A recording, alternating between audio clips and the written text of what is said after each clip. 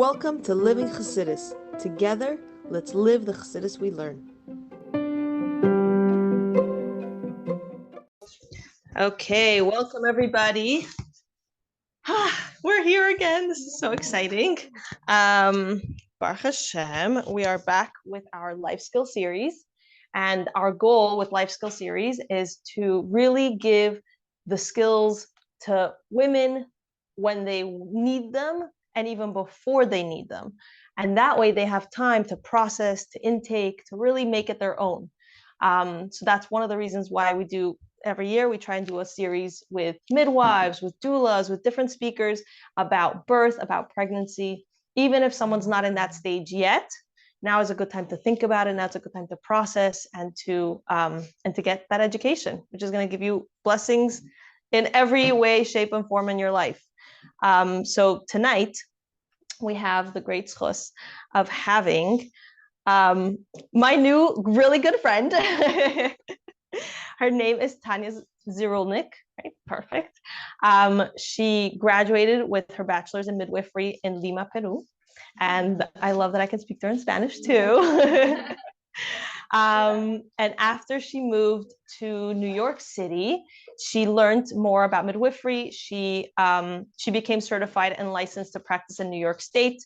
And now she is a wonderful doula that is beloved by many people here in the community. So I'll pass on the baton to her.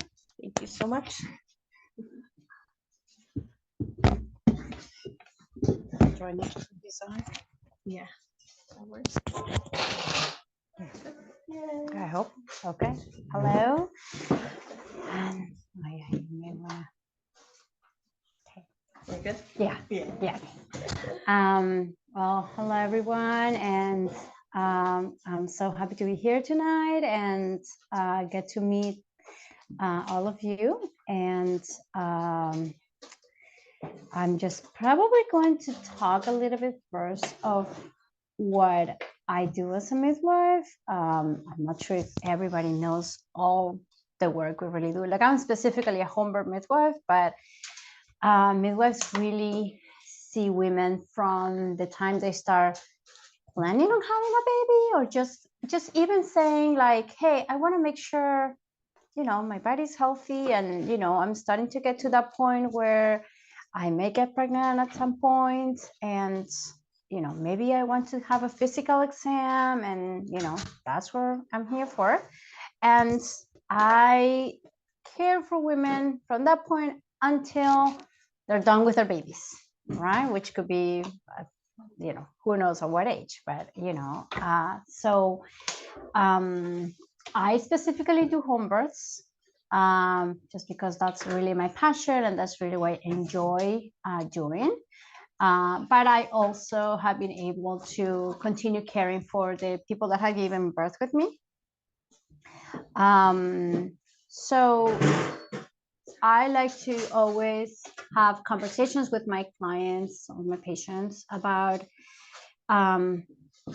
what is important for them to care for, what are they specifically looking on each visit. And so I'm happy here to answer any questions that you guys may have, but I'm also happy to just talk about why there's this focus on working with a midwife. You guys need to fix that? No problem. Technical difficulties. Okay, good. We're good. So now it's not the happy faces. Me.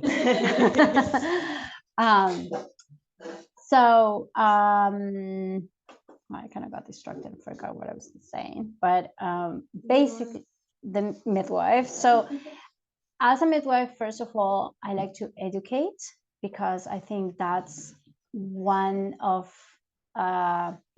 it's a very powerful tool, first of all, to know about our bodies. And, again, as women, whether we are maybe thinking one day we'll have a baby, or maybe we're just like, I'm an adult now and I would like to know more about my body. So it's also easier to know before it happens, like what to expect. Correct. Absolutely. you will get into any of that so much more prepared because you have the information, and then you'll be able to make better decisions.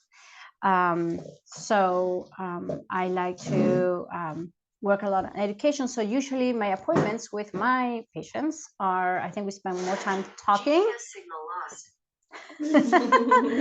I think we spend more time talking about, life and fears and concerns rather than the actual physical exam, right? Because a physical exam is just quick. Oh, you're healthy for the most part, which is what also midwives do. We mostly work with women that are for the most part healthy.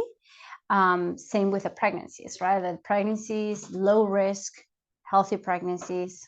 We can get more into that later, but because we support everything that is physiological. And what's that? That means the way your body is meant to do it. It's its own way, just when your body just follows the flow. And so with that, all right, let's get everybody, because yeah, otherwise I get distracted. All right. Okay.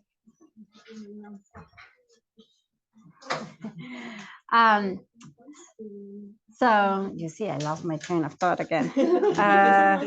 Physiological. Everything that is physiological. So we want to know our bodies, to know how our bodies work. That's to know the physiology of our bodies, right? How do they work? Whether it's, I'm not sure if my menstruations, my periods are normal because they come sometimes every 30 days, sometimes they come 3 months. So we talk about it. Yes, so let's know what is normal and what is not physiological, right? And so, and then when somebody gets pregnant, again, we talk about how your uterus is going to change and grow a baby, and all the different things that are going to happen to the body in a physiological way. And from there, we start talking about how the baby's going to grow, what changes are going to happen in the body. And then we prepare and talk about the birth. And sometimes those are one of the most concerning things for people, especially when it's the first time, right? Because it's like, I don't know what to expect. This is going to be very painful. Is it not going to be very painful? And how is the baby going to come out down there? And so this is why it's important to talk about this. And I feel that, I'm going to give myself credit because I think I do a good job of giving my patients time to talk about all these things, as opposed to, going to a quick visit. I'm not trying to trash doctors, but, sometimes those appointments are 5 minutes and there's no time for education, right? So again, going back to what I was saying, the first principle is education. Education is the pillar for everything. And if you guys get all the information, all the education, then you're going to feel empowered to go into, say, my pregnancy and my birth, and I can do it. And there's not going to be so much fear about it's going to be painful or not. And it's like, I know my body can do it. Therefore, I'm going to be okay. I don't know if I'm rambling here. Anybody has any questions so far? No? Okay, thank you. Okay, so would you guys want me to get more into pregnancy, or tell me how you want me, if there's an interest in how I should continue talking? Maybe you can speak about a little bit about what do we do, maybe as like not married ladies. What can we do to prepare our bodies for when it comes to time to like? Perfect. And then maybe you can go to like married ladies. Okay. All right. I think that's a really good. Another thing I'd love to know is what are things that you find like people don't know? Okay. Yeah. Okay. All right. Okay. So we're gonna be talking here all night. So, for people who are not, in the process of having a baby just yet, but it's important to first of all know how your body works. This brings me back to what I was saying, knowing your cycles, your period, getting to know, okay, my cycles are 30 days long, and I know usually from what I have talked to my patients, like you guys are pretty good at, charting it and writing it down. But more than that, also, it's just really knowing, are my cycles normal? So what I was saying, like, are they 30 days or are they 6 months long? That may not be normal. Like, so we'll need to see what's going on there, right? So knowing your cycles, having a healthy lifestyle. This means eating healthy and moving or exercising, right? I'm not asking anybody to like go to the gym and all that, but just moving, just going for walks, because all these things are definitely going to have an impact when you get pregnant later on, right? So you want to start, imagine if you're going to move to a new house, you wouldn't move into this house if it's all dirty and just falling apart. You want to build it, you want to fix it a little bit before you move in, right? So it's the same thing. Before that baby moves into your body, it's let's clean up the house. And so and on top of that, again, education about, okay, how does someone get pregnant, and when is it that I'm supposed to get pregnant? When am I fertile, right? Because there's so, that's a good question. By educating yourself, right? So, okay, can I get pregnant when I get my period? Is it always on the 14th of my cycle that I get pregnant? Is it always on one day that I can get pregnant? So this really varies by every person has a different cycle length. Everybody has different moments when they can ovulate. And so this is why, again, it's so important to know when you're uncharting, when are your periods coming, right? So we can get into a whole lesson about about when you get pregnant. But for me as a provider, it gives me, when somebody comes and says, listen, my periods are not normal, gives me so much information to know when are your periods coming, chart it, write it down. So whenever you have these questions, you can have with all this information, and that's how we can help you. So that's, kind of like when you're thinking one day I'll get pregnant. So you have time to work on it. And then once somebody's just, okay, I'm pregnant now, what do I do?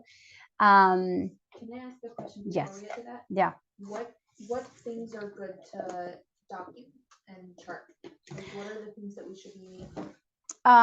So again, when your period comes, and if there's any like very marked symptoms, that could be something to just kind of look into. Like some people, for example, experience pain when they're ovulating, right? And that's actually a physiologic pain. That's just normal.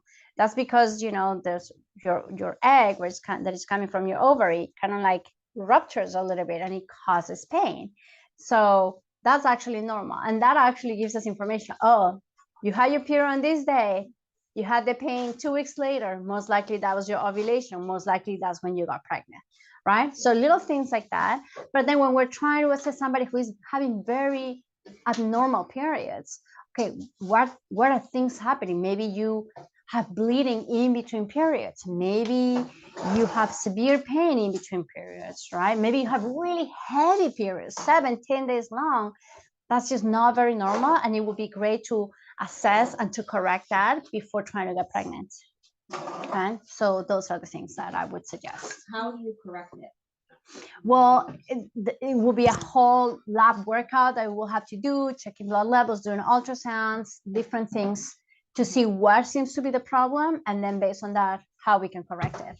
So there's no one treatment, Yeah. It's just individualized, always individualized. How long is what's the range of normal for how long the cycle can be? It could be as short as 26 days or as long as 32 to 44 days. 32 to 34 days. That is still considered normal, as long as it's constant. right? So one person always has their period every 26 days. But if somebody's having periods 26 days and then 34 days and then back to 34 and then 37 and then 26, that's also not so normal, or I'm saying regular. Could happen, but ideally we just want to see that consistency. Okay, so should I move on to when you get pregnant now? So once you're pregnant, Sorry. yes. Oh, no. Oh, When you have a chance, I would like to ask if you about when you're first pregnant. okay. Maybe let her start and then see if I can. Okay, so again, because if you guys educate yourself, then you would know, let's say you learn when are your fertile days, when you get pregnant, and the initial symptoms that you would have when you get pregnant. So a lot of people first trimester just don't feel really well, right? There's a lot of nausea. Whoever got pregnant, nausea, morning sickness, very common. Yes. Right? So a lot of people are like, I have to eat very healthy in my first pregnancy, and sometimes it's impossible, right? It's yeah. I survive on mac and cheese my first trimester. Yeah, don't feel bad. So here's the thing. So it is okay. It is normal to have some nausea and even vomit at times in the first trimester, as long as you don't lose too much weight. Okay, so when you start losing more than 10% of your weight, then we are talking about something called hyperemesis gravidarum, which is not very healthy for your pregnancy and needs treatments. Okay, so there's also things that can help prevent or help with the nausea during pregnancy in the first trimester, and sometimes I give those tips to my patients. And yeah, maybe my theory is that your body is going through all these chemical reactions and it just needs so much fuel. And what is the main source of fuel for your body? Carbs, right? So we're inclined to just eating whatever feels just filling carbs, right? So salads, people are usually not big fans of salad in the first trimester. Even protein, people don't feel like eating chicken or meat. It's like, gross. So they just go for the mac and cheese. So yeah. Is it healthy? I mean, assuming, remember, right? We're talking about preconception. You had a healthy preconception period, right? You even maybe started taking prenatal vitamins. Now you're pregnant. So those first 3 months, if you're not eating very healthy, at least you had already prepared your body with those good nutrients before that, right? So I always talk to my clients, try your best. But if you can't, then don't stress it so much, because as you start to get to your 12 weeks, things start to turn the corner. You start to feel that you can eat a little bit more. Sometimes the secret for some people is the more you eat in the first trimester, the less sick you will feel, right? So if you go to bed, if you have your dinner at 8, you go to bed at 1 in the morning, and then you wake up at 9 in the morning, that was more than 12 hours without eating.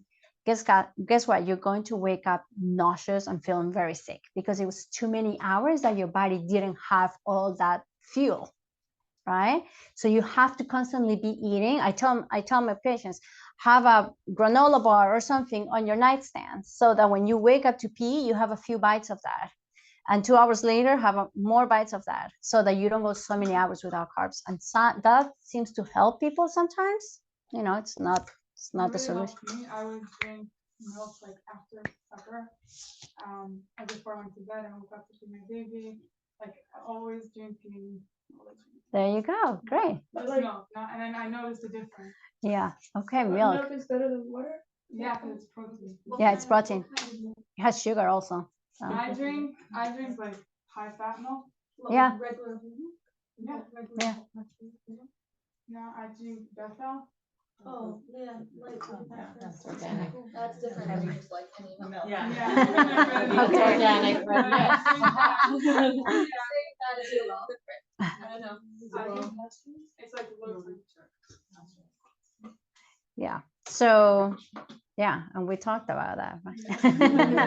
So eating. Also, another thing is, I noticed that if I have a very healthy diet, then it's easier for me. But how do you manage to have a healthy diet if you were nauseous? Like what comes first, right? The chicken or the egg? So, so yes. So If I force myself enough, then it will get easier. there you go. Okay, so you were forcing, even though you were probably not wanting to eat, but you were like, okay, I'm just gonna try whatever I eat. I'm gonna make sure it's healthy. And then when I get in a bad cycle of eating pizza and whatever, then I'm in trouble. Yeah, there you go. No, I'm saying even if I start out of pizza or whatever, then it's just gonna be Yeah. harder to eat the chicken. Yeah. So some people are able to do that, right? Where if you really are capable of just kind of forcing yourself to eat healthy, then you may be able to do it. But some people force themselves and they end up throwing up because they force themselves, right? So it's like you have to try different things, see what works for What's the each person. craving? Like when people are craving So I believe that cravings are, in a way, it's your body telling you that it's needing something, right? So if you are craving something really sweet, probably your body is asking you for more calories, not necessarily have that ice cream, but it's asking you to have more calories, right? Because something like ice cream is going to be high in calories. people know that when they're Well, they don't always know that. They don't know. Yeah, exactly. So this is something that we talk about in appointments, right? That is not just like, oh yes, you're craving this, therefore go eat it. But maybe pay attention to what your body really needs. I have sometimes the most the people that have feel the most guilty about their cravings are people that are vegan, for example, and then they're like, I'm craving meat. What do I do? And usually, with vegan or vegetarian people, sorry, I don't have anybody against being vegan or vegetarian, but you need to keep your iron levels, and people need extra supplementation when they're vegan and vegetarian for the most part. And so if they're craving meat, it's because their body's telling them you need more iron, and you're vegan or vegetarian. I'm curious. I saw a post by Lindsay Naylor's comparing the two placentas, like one of a vegan, like exclusively vegan diet, and one of what she calls a traditional diet, with a lot of meat. And you totally see the difference when she's like. I have not seen the pictures. I have not. If you've seen a difference with vegan, like exclusively vegan clients, if you see a difference in the placenta. I cannot. I mean, right now I'm just thinking of 2 placentas from vegan clients that I just come to my mind, where I remember my assistant and I being like, oh, that placenta looks not very healthy. But then again, like, it could just be coincidental. I don't know. I don't have anything against, somebody being vegan or vegetarian. Everybody owns their own choices. But I have also seen, not very good placentas with people eating a traditional diet, right? Which is what I see the most, right? Like, I have, most of my clients have a traditional diet. Very few will have a vegan or vegetarian diet, right? So I don't know if I can really compare. I don't know if it would be fair for me right now to just bring that up. But I think in general, vegan and vegetarians may need a lot more care with their nutrition and supplementation, for sure, like iron supplementation. That's the biggest in pregnancy, which is my next point. Iron in pregnancy, it's very important. Iron is what makes your red blood cells carry oxygen throughout your body. If you're anemic, if you're low in iron, you are going to feel tired. You're going to feel short of breath. You're going to feel like you need to take a nap every day. I mean, yeah, pregnancy makes you want to take a nap many times a day, but you know, like more just like weak and tired. So that's another thing in pregnancy. Iron. What else? What were the other questions? I forgot. I just made a comment. Actually, Just because you were saying like about cravings, like you don't, like I notice in myself, like when I'm craving something even now, to just be in tune with why am I craving this or what am I craving? Just be aware. Like the other day I was craving salmon. I'm like, okay, like I just am needing that protein in my body. Like that's something you could start now, is noticing what your body's telling you. Yeah. Yeah. Don't wait. Exactly. Which is again, right, going back to what we were talking about, physiology. It's just a natural way of your body telling you you need this. And I think at all stages in our lives, whether we're pregnant or not, it's very important to listen to our bodies. I think that's like the most important lesson you guys can maybe take from tonight. It's listen to your body. Is there something that just doesn't feel right? Then seek care and find out why that is not, why that doesn't feel right. And it may be that you need to slow down and, you know, like you were saying, like, okay, what could this mean? It's like, you know, if we try to understand the meaning of a dream, the same thing, right? It's like, what is this craving? And so, yeah, it's very important to pay attention to that. Okay, what else? What else? How much water do people have to drink when they're pregnant? That's a good one. A lot. So it depends on the season, right? But overall, water is very important, even when we're not pregnant, right? And the thing about water also is that it's important that it's not just pure water, because sometimes, you know, people carry like these huge gallons of water. I mean, this is just one quarter, I think, but like, you know, the big jugs, right? Yeah, or even bigger than that. I've seen bigger than that, right? And the thing is, especially when you're pregnant, your kidneys are filtrating liquid faster, right? That's why you're peeing all the time. And it gets to a point when you go pee and your pee is just like clear. It's like you can't even tell on the toilet, is there pee there? So that means, all right, you probably reached the too much water point. So it's important to try different things. So have water, but also important is to have electrolytes. What is that?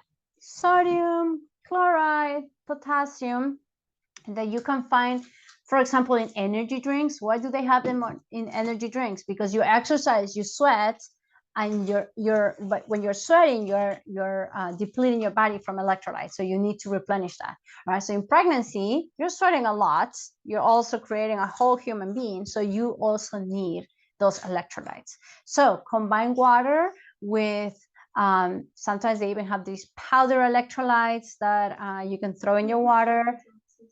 The drops. Have a banana. Bananas are rich in potassium. You know, add a little pinch of salt to your water. Sometimes people, I had somebody in labor. She was in labor for many hours, and then all of a sudden there was this little bowl with pink salt in it, and she just kind of like started. She was like, "Oh my God, this tastes so good!" And I was like, "It was summertime," and I was like, "She must be dehydrated, right?" And so she just came. We're like, "Okay, let's start, you know, really hydrating you." So again, I'm listening to your body. It was telling her something. So, in the summertime, you know, New York summers are pretty hot, so make sure you guys are hydrating really well. In the winter time, we don't feel as thirsty, but we have dry heat in our homes, and that also dehydrates you, just so you know, right? So I would say in average a liter to 2 liters. Oh, well, depends on the size of the cup. I'm not sure. Oh, This is one and a that's half. it. That's like, one and a for the whole half. day? That's one half. That's one and a half. Okay, so So- less than that. You can have less at the minimum, Oh, right? more than that. Or Okay.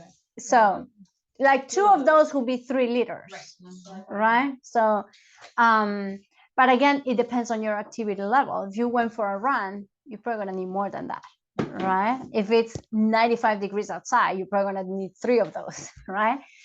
So, but on average, I would say 1 to 2 liters. When do you start drinking? Like, I'm saying pregnancy is 9 months. So when would you say like to start increasing that intake of water? So usually you're going to see these changes, these extra requirements on your body starting your second trimester. So that will be around 13 weeks. That's when there's an increase in calories and you're gonna get more thirsty and all that. It's just kind of tricky also because you start peeing a lot when you're pregnant. So you're like, I don't want to drink more water because I keep peeing, right? And so it just kind of becomes this thing. Yeah, exactly, especially at night.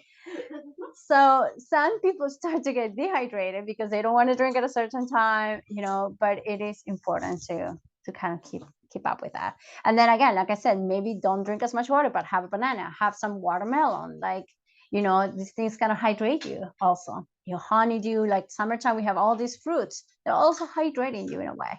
Popsicles. The healthy ones, not the ones with a lot of sugar and colorant. So There are some really good ones. I haven't seen them personally. What, the popsicles? Yeah, like some, I heard that there are like some healthy ones. Yeah, you can make your own popsicles. I make my own popsicles for my kids. Juice or something? Like what are the juices? Oh yeah, I do. Make it like not part of the pineapple. Ooh.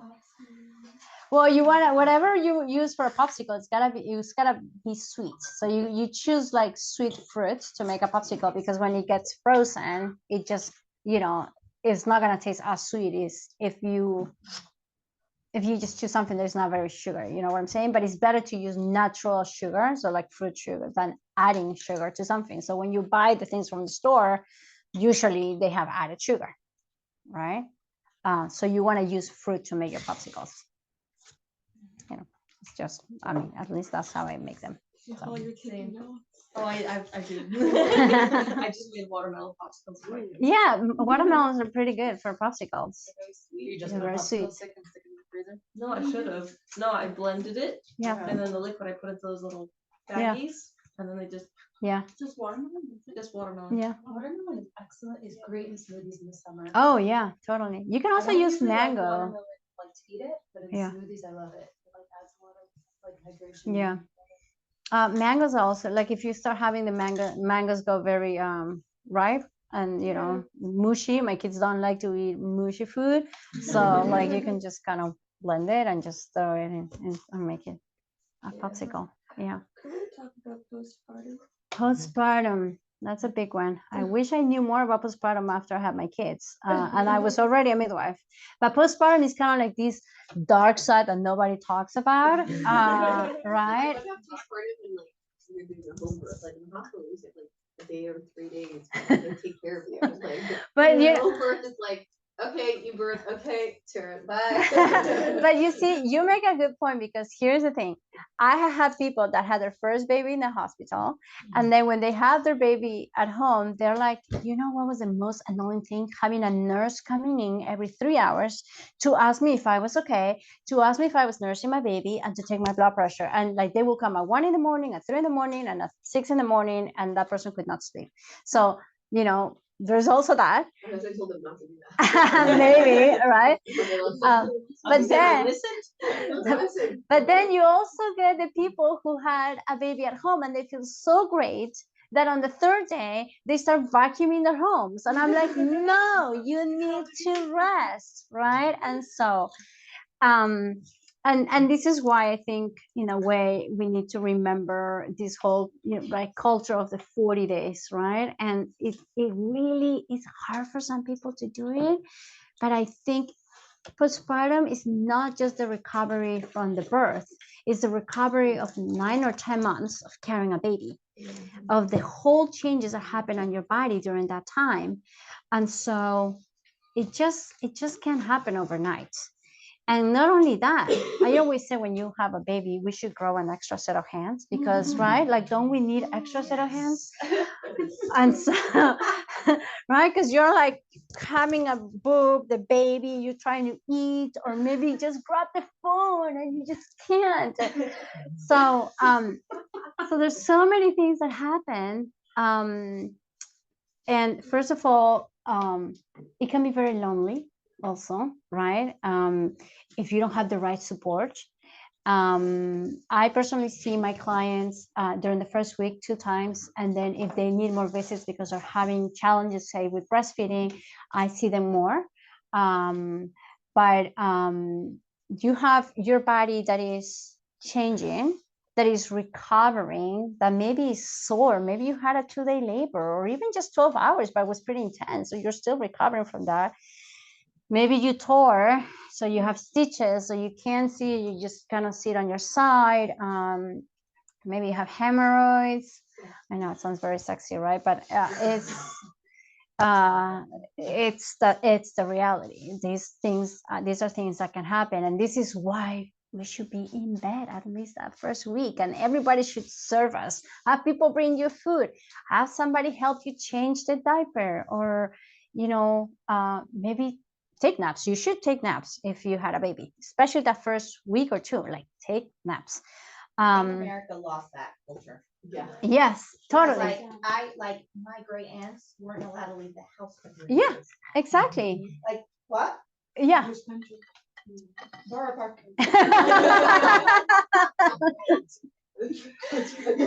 I feel like they do it a little better than we do, by the way. You know, They Our do. Williamsburg, Yeah. don't go to the bris. They don't. The Yeah. kids Yeah. get shipped out. And don't they go to the house that helps? The Kimpeter home. Yeah. Yes. So, That, and all the kids get just yeah. spread with these The neighbors, neighbors, cousins, Yeah. yeah, Yeah. sisters. Yeah. Yeah, other people are no, but other people are taking care of it. Yeah, but if you can't Father- hear some of them, or even. Yeah, But I will They're say that my system I just did with my last baby, I stayed in bed and I had one-on-one of each kid that came into my bed, and I got to spend time with them. I did not move. Yeah. They got that loving time in my bed without me moving. So there's Yeah. the balance. We don't have to go and pick up the Yeah. toddler and go make Exactly. dinner and whatever. Yeah. Like, we can Yeah. bond with our kids. Yeah. I think I did something similar, and also having had my first 3 in a hospital and then afterwards switched to home birth. I remember when my oldest came to visit me after I had my second, and here I was in a pajama, and a suit or whatever I had on my head, and the setting that he would see me at home, he hadn't seen me in a day or 2, and I remember seeing his eyes pop out, like, what is going on over here? And I translated as fear, shock. I don't know. He was too young to talk. He was 17 months old, but that's how I translated his, facial expressions. And then afterwards, when we switched to home birth, it became a big conversation of okay, but now I'm going to be in the house. And do I need help? Do I need to go to one of those Kimpeter homes? But yeah, then what's the purpose? How do we do that integration for the family? And I did find that one of the beautiful things is that after the baby is born, everybody can come and meet the baby. It's not like you brought this foreign new person into our life to disrupt our life, but this is something that came from us, with us, etc.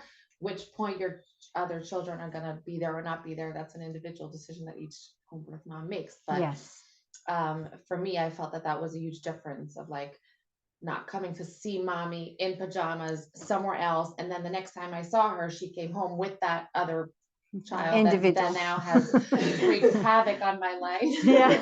Exactly. So then it became as we continued, it was these ongoing conversations, and for me to have good conversations with myself, because I find that women, very often, it's not about what our husbands will do for us, it's, are we convinced and clear enough of what we need?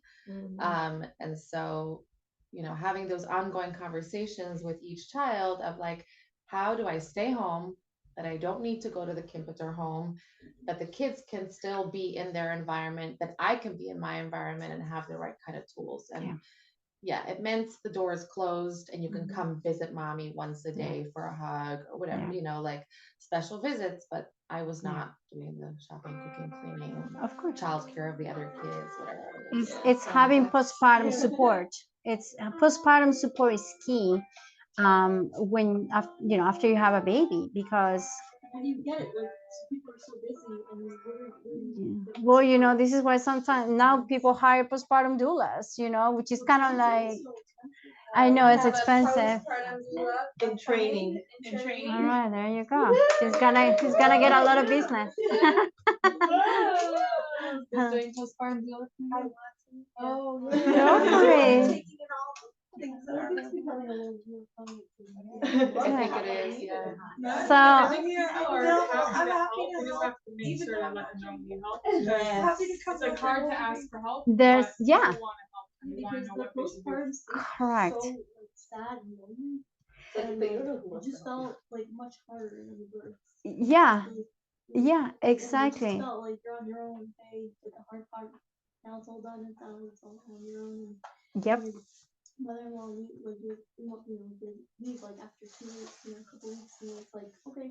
Yeah, like you're on your own, totally. And it's kind of like one of the most vulnerable times, like, because this is when you see people developing postpartum depression, all these problems. And so it's very important during the pregnancy to maybe build a community that is going to help you be there, that is going to be there for you, to help you.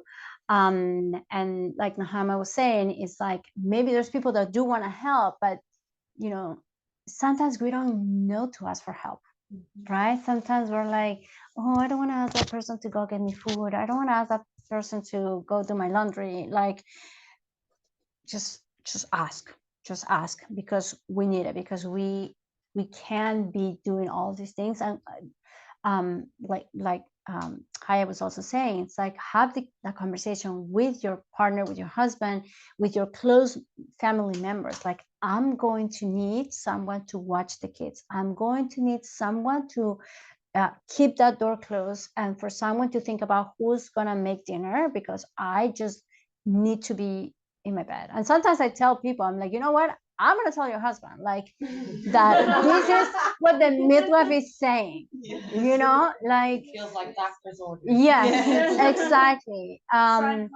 Yeah, totally.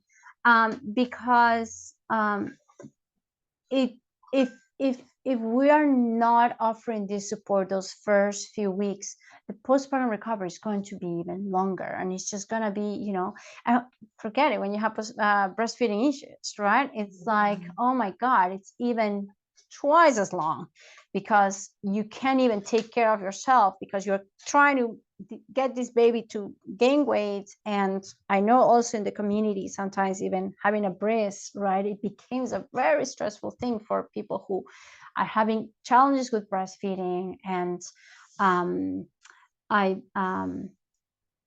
don't know if this is kind of new to me, but seeing more lactation consultants also in the community, I don't know if this is a new thing or it's always been there. I've seen more of my clients being like, oh, I was able to see a lactation consultant. And so that is, I think, it's one of those things where these days is becoming handy to know that there's a lactation consultant in the community.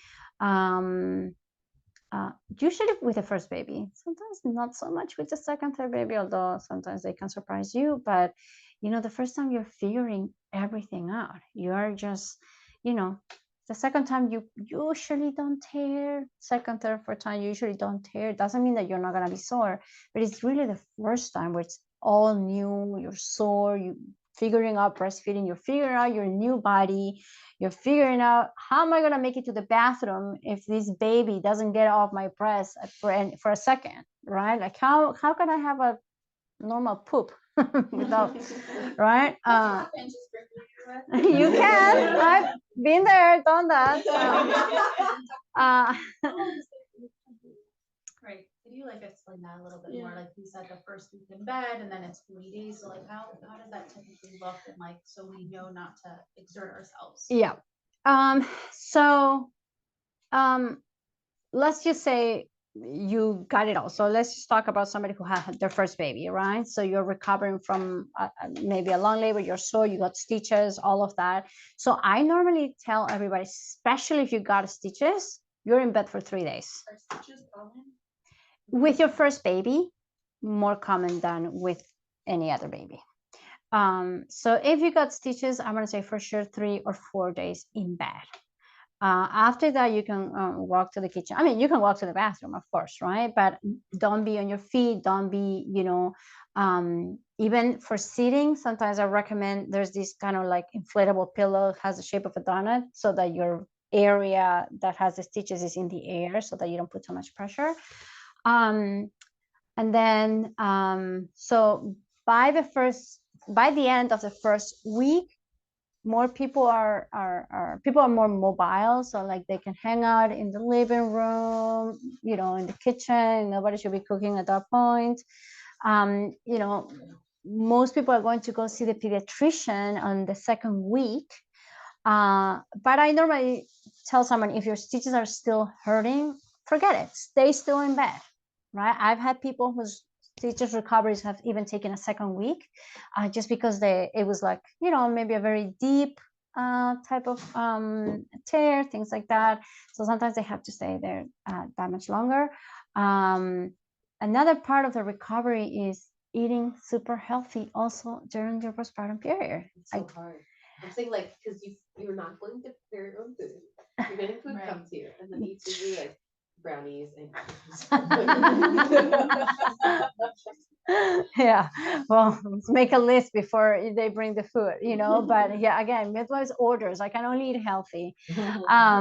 Yeah, it's, again, going back to the protein, to fiber, vegetables, because you have to have good digestion, especially if you have stitches. You don't want to have hard stools, right? Like, you want to make it all soft. So important to have a very good diet. Again, we continue hydration a lot because you're breastfeeding now. So you actually need even more calories and more fluids when you're breastfeeding, more than when you were pregnant. Yes. Yep. So that's what it's a continuum, like you're still eating. So Around the amount, like how many more calories do you have to eat? I mean, eat when you're hungry, but again, like, make it a good meal, right? So like, have snacks all around that are not nuts or fats, like good fats, avocados, nuts, yes, you can, protein bars, or just any source of protein. Oatmeal, has fiber. So just, again, you're continuing eating throughout the day constantly.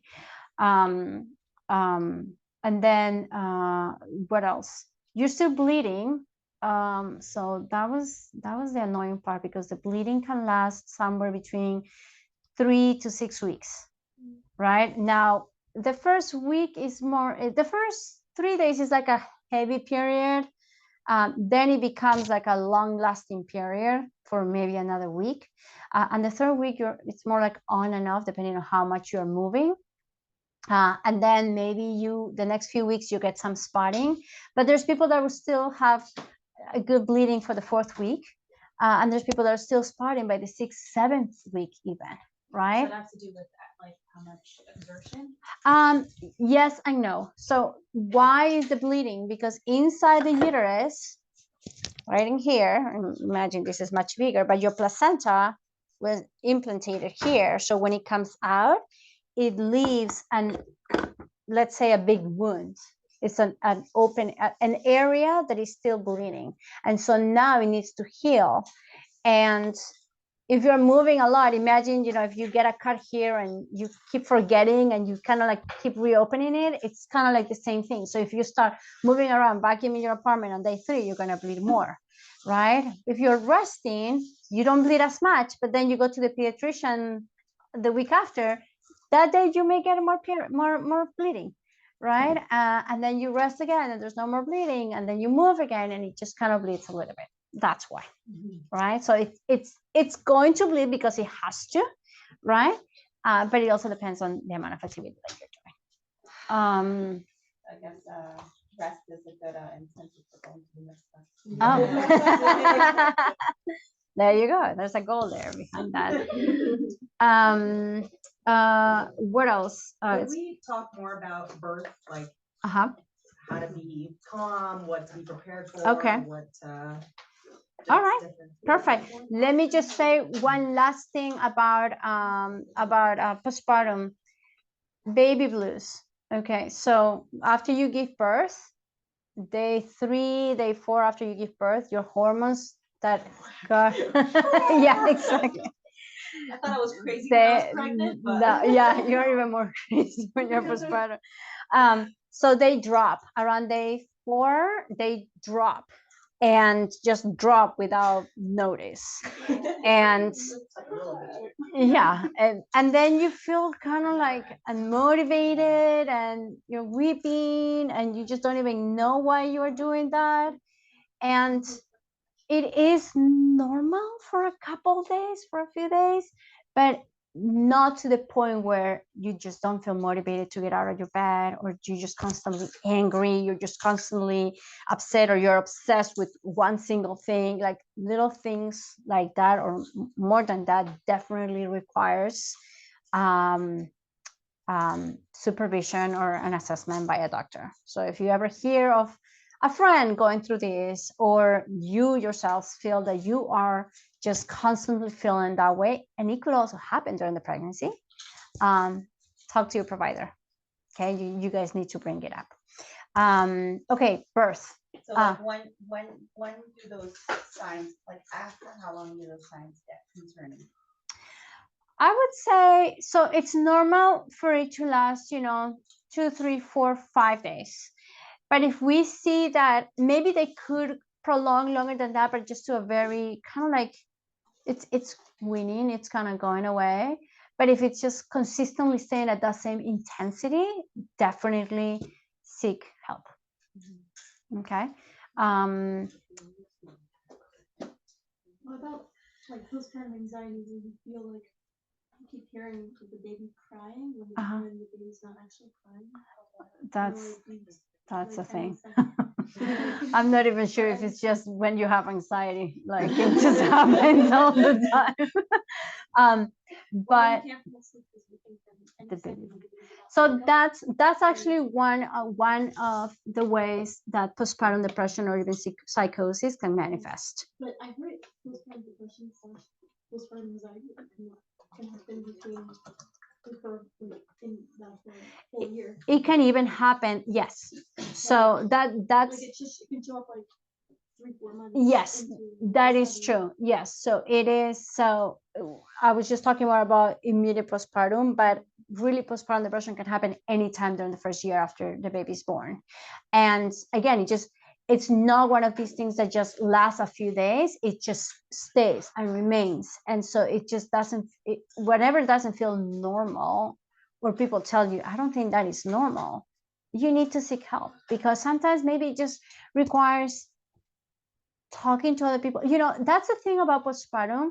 It becomes lonely also because you're all day long in the house with a baby. You're not talking to an adult. You're talking to a baby, right? And so you start to lack that human interaction or adult interaction. And that's why, you're like, all you're used to hearing is your baby cry, right? And again, if you have a baby, sometimes that is maybe breastfeeding is challenging or things like that, it could just create more of that cycle of just constantly just creating more anxiety because that's all you're experiencing. So it is good also during the postpartum period, once you start to feel better with your recovery, to have a community that you can reach out to and hang out with, right? Like just I don't know, are there groups for mothers, like baby meetups, mothers meetups, right? Now there's the motherhood center also. Yeah, exactly. It's very important that we're able to have other adult people with us to feel that we're not just lonely in this process. But yeah, anytime during that first year that there's this process of like you were describing, that should be looked into. Okay. Okay. So that's done with postpartum. Okay, birth. So preparation for the birth requires, from my point of view, education and support. And this is why, for me, the prenatal visits are so important because, again, we not only talk about how's your baby growing and the position and your blood pressure, but, okay, what books are you reading to educate yourself about the birth? Unfortunately, we now live in a society where birth is like, oh my God, it's like anything can go wrong and it's so painful. And your water breaks and you're having a baby 10 minutes later, which is, I wish everybody will have that experience, right? So we need to re-educate our brains that birth is a normal physiological process that you go through to have a baby. And again, reading books, hearing stories about healthy births, pretty good stories, right? Because when you're pregnant, you're usually magnet to all the terrible birth stories that happen there. People in the street will say like, oh my God, I remember pregnancy, it was so painful. And so you want to listen to the good stories. The other thing is I recommend everyone to have a doula. And if not a doula, someone that has been at births and know how to support people in labor. Because especially with your first baby, you know, we're talking, it could last 12 hours, it could last 24, it could last 48. The longest birth I've been at has been 4 days. So it could last that long, not all of them. So I don't want to scare you. I don't want to scare you because here's the other thing. The longest part usually is early labor. Okay. And early labor is when it's the first half, right? So if this is your uterus where your baby is, this little part here, this is what's called the cervix, right? And normally it's closed like this. Like if I look at it like this, you will see this. And this is what's going to open to 10 centimeters in diameter for the baby to pass and to go from your uterus into your vagina. Okay?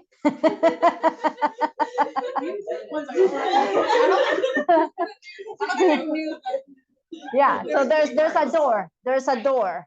So the cervix is the door, is the passage from here to here. That's labor. In labor. This is what happens in labor. Okay? Yeah.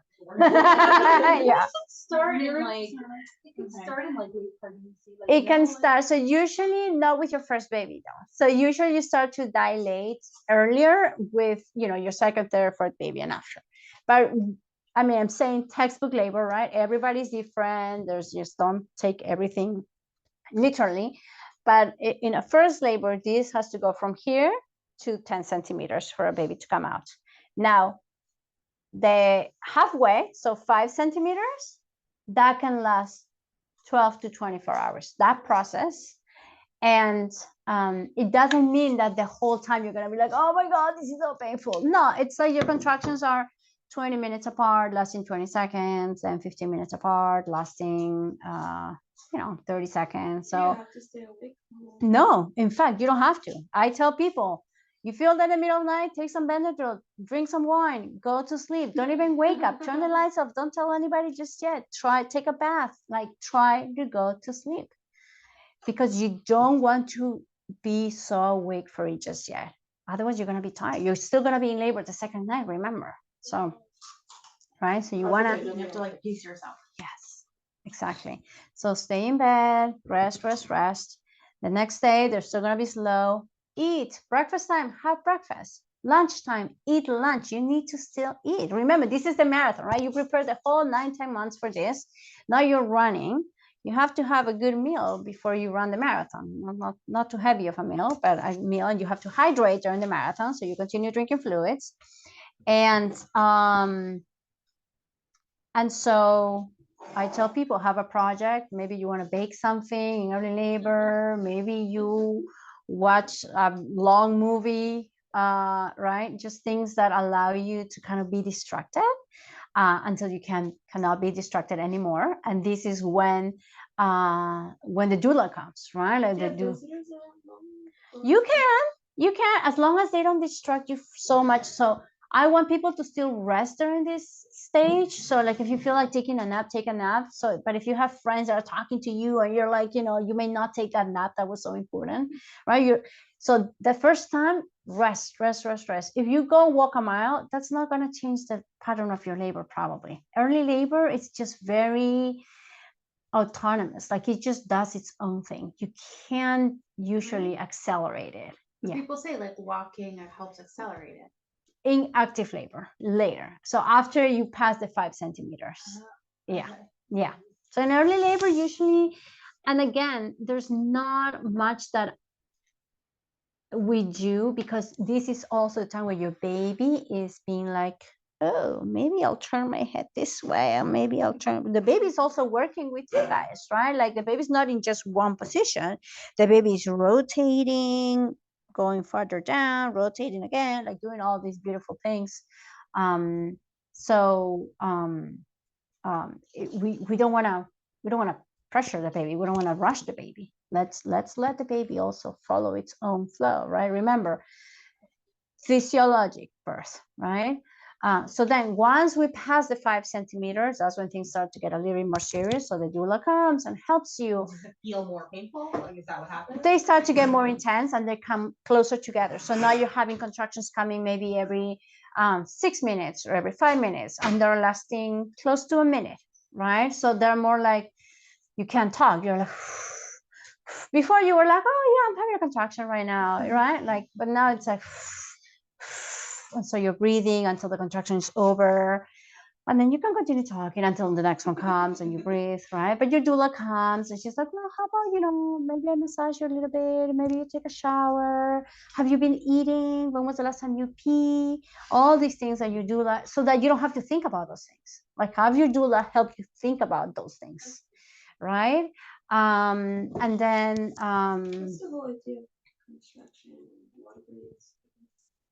okay, I'm gonna get to the water breaking. So right now your water is not broken, right? The bag.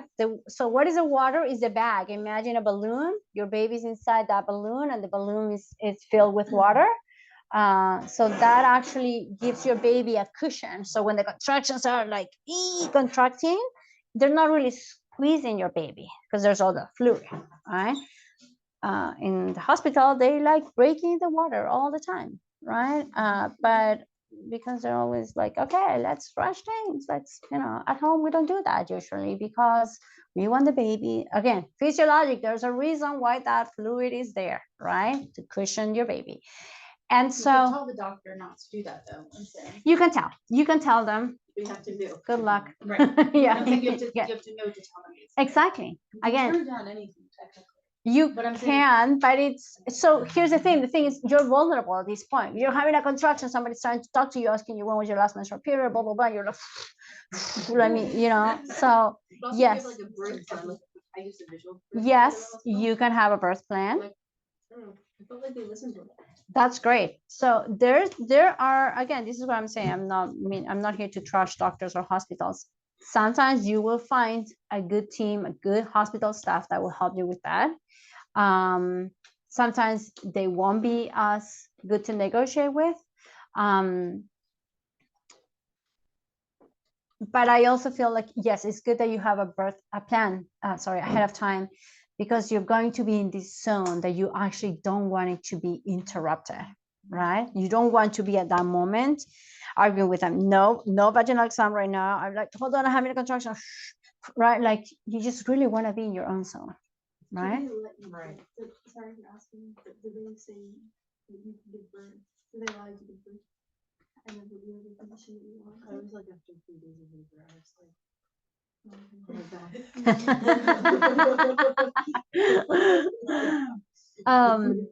It's very long. And I didn't even realize on my back, and then you're like, oh, you're kind of back. Someone was saying, I don't know if I was listening to a podcast or whatever, but they were saying like have someone advocate for you if you're not up to talking. Yeah. Have your husband Your, tell them, or like, your she doesn't doula. want Yes, this, or your exactly. doula. Correct. So that you're not just being the one. Yeah, for That's why sure. also the birth line is nice because like your doula knows, your husband knows, like Exactly. Everybody's on the everyone same. knows. So like, and even like your doctors know. So like, you have your support, and then the doctors already know. There's less resistance. Yeah. Usually, hopefully. Depends on the environment. Depends on the Yeah. environment. Yes. Doctor, Yeah. Totally. Yeah. The day. The day. It's Totally. true. Some Yeah. days they're And like your birth. understaffed because it's like December 30th and like. So I just had someone I transferred to the hospital because her labor was just lasting too long, and this was completely unexpected. She had medication, so she had pitocin, which is the medication that makes your contraction stronger, and even with that, they allowed her to walk to the bathroom. Was her water broken? Yes, her water was broken. They let her walk. She walked her whole labor in the hospital. She walk. She started pushing on the toilet. They let her push on the toilet, which is completely unheard of. The doctor wanted to check her. The doctor got on her knees on the bathroom floor Oh my god. to do a vaginal exam. I was like, what? Oh my God, I have never heard of a doctor getting on their knees on the floor, right? They usually be like, you need to come to the bed for me to check you, right? Yeah. So it was just so amazing that she had this really nice team in the hospital. And, she ended up having her baby vaginally and I don't know, squatting. I can't remember. She told me, I can't remember. Hospitals in New York are. But you see, here's the thing. This This is a hospital. This is Metropolitan Hospital, for example, which I've transferred other times, but we haven't always gotten that kind of doctor that will get on the floor to do a vaginal exam. So This is a surprising story. this is a surprising story, right? So usually they won't be.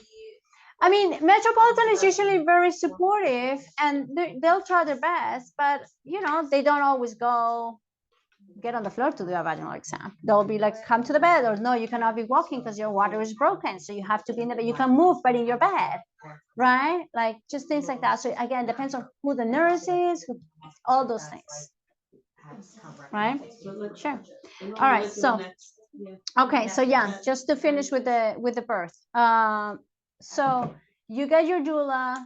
Your doula comes to support you, and usually, I mean, if you're having a home birth, your midwife is gonna come when things are really starting to get more intense. So now the contractions are definitely coming every 5 minutes, and then now the contractions start to come every 2 to 3 minutes. This is what we call transition, right? How do you know when to like tell your midwife come? It's usually I have a whole conversation with my kids, my clients. I have a whole with my kids too, but I have a whole conversation with them. Again, this is what the prenatals are for. We talk about this is when you're gonna call me when your contractions are like this. But I'm also on the phone with them every so often, right? And I listen to them. I don't need to do a vaginal exam most of the time. I hear them on the phone, and they're like, "Oh," I'm like, "Okay, I'm coming." Right, like so I can tell there's definitely sounds you get used to. I personally get used to those noises. I'm like, okay, right? Sometimes in a hospital they check you. They're like, oh, you're 10, you need to start pushing now, and it's like, yeah, but I'm not feeling it yet, right? Because that sensation is going to come eventually, right? So when I hear you going like, I'm like, okay, yeah, there's a baby that is going to come. So yeah, so transition just gets very overwhelming because the contractions are coming very close to each other. And then you feel the sensation as if you were going to poop. Like, sorry, having a baby feels like you're going to poop your baby, right? Does everybody feel that? Yeah. So And that's exactly how it feels. My own experience was like, oh my God, I know my baby's coming out through my vagina, but I'm just having all these mixed feelings right now, right? Because it totally feels on my rectum. But eventually you start to feel in your vagina, you feel a stretch in your vagina. This is what we call the ring of fire, because it starts to stretch. You feel like, oh my God, everything is going to tear there, but nothing is tearing, but it feels like it. Not everybody feels the ring of fire actually, but so once And if you have an epidural, if you have an epidural, beautiful. Yeah, that's a whole, you see, we can be here all night talking about this. Yes. So then you start to see this much of the head, and this much and this much and this much, the opening, it opens, it opens, it opens until, you know, we see the head. And then, you know, then the head comes out. You know, you're gonna be pushing. So this is something that your body does. I was told by my midwife that I don't have to push, and it was true. I didn't feel like I was pushing. Everybody, Baby was like pushing. everybody has a different sensation. So some people are gonna feel like they really push. There's people that just go and the baby is coming, right? Everybody has a different experience at that point. Some babies are very small, so they slide out. Was this your first baby? Great, lucky you. Yeah, yeah. Everybody has a very different experience. Most people do feel the rectal pressure. Did you feel the rectal pressure, like if you needed to poop? Yes, yeah. But then the rest, you don't feel like you had to, that you were pushing. I didn't feel like I was pushing. Yeah, yeah. So there's times where people don't have to have like a big effort to push.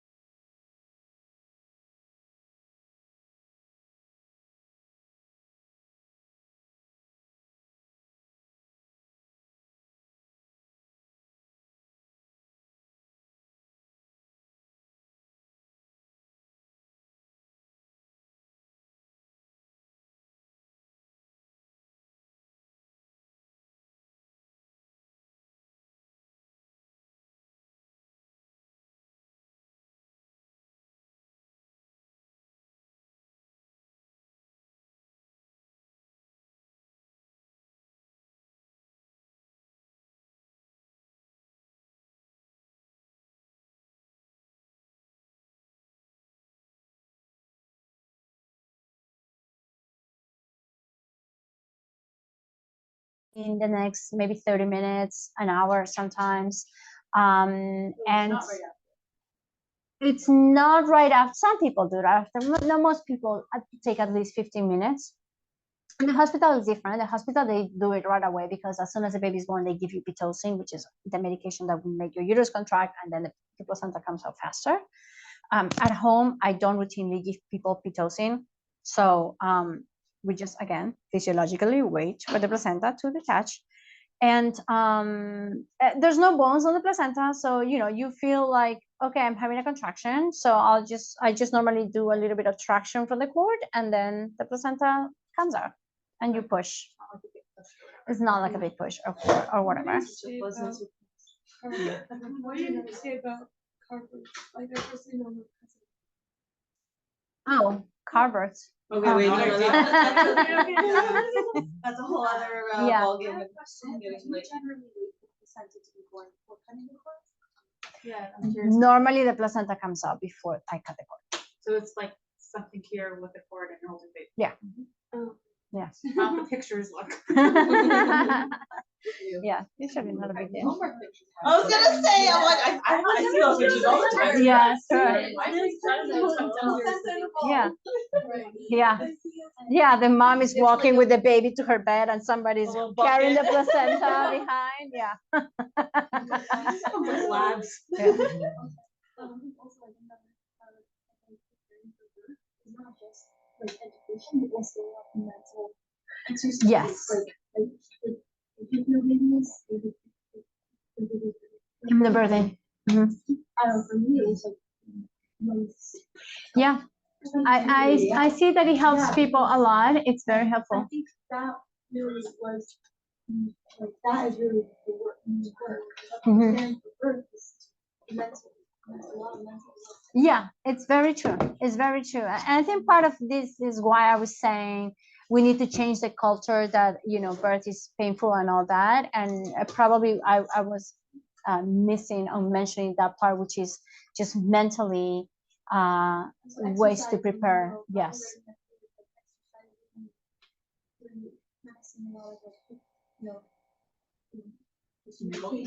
Yeah. Yeah. Hypnosis. Yeah. For sure. Yeah. Yep. Yeah. No, thanks for saying that. There's this quote, I don't know where it's from. It goes around all the time. We have a secret in our culture, and it's not that birth is painful, it is that woman is flawed. Yeah. Also, a lot of Sure. fear, like a lot of times, Yeah. Correct. Is the triangle or a circle? Fear, tension, pain, right? So the more you fear, the more tense you're gonna be, therefore you're gonna feel more pain. Yeah. And then it just creates a vicious circle. Correct. Can you tell we All love right. this topic? I have a We're family so to see. grateful for you. Yes, we're so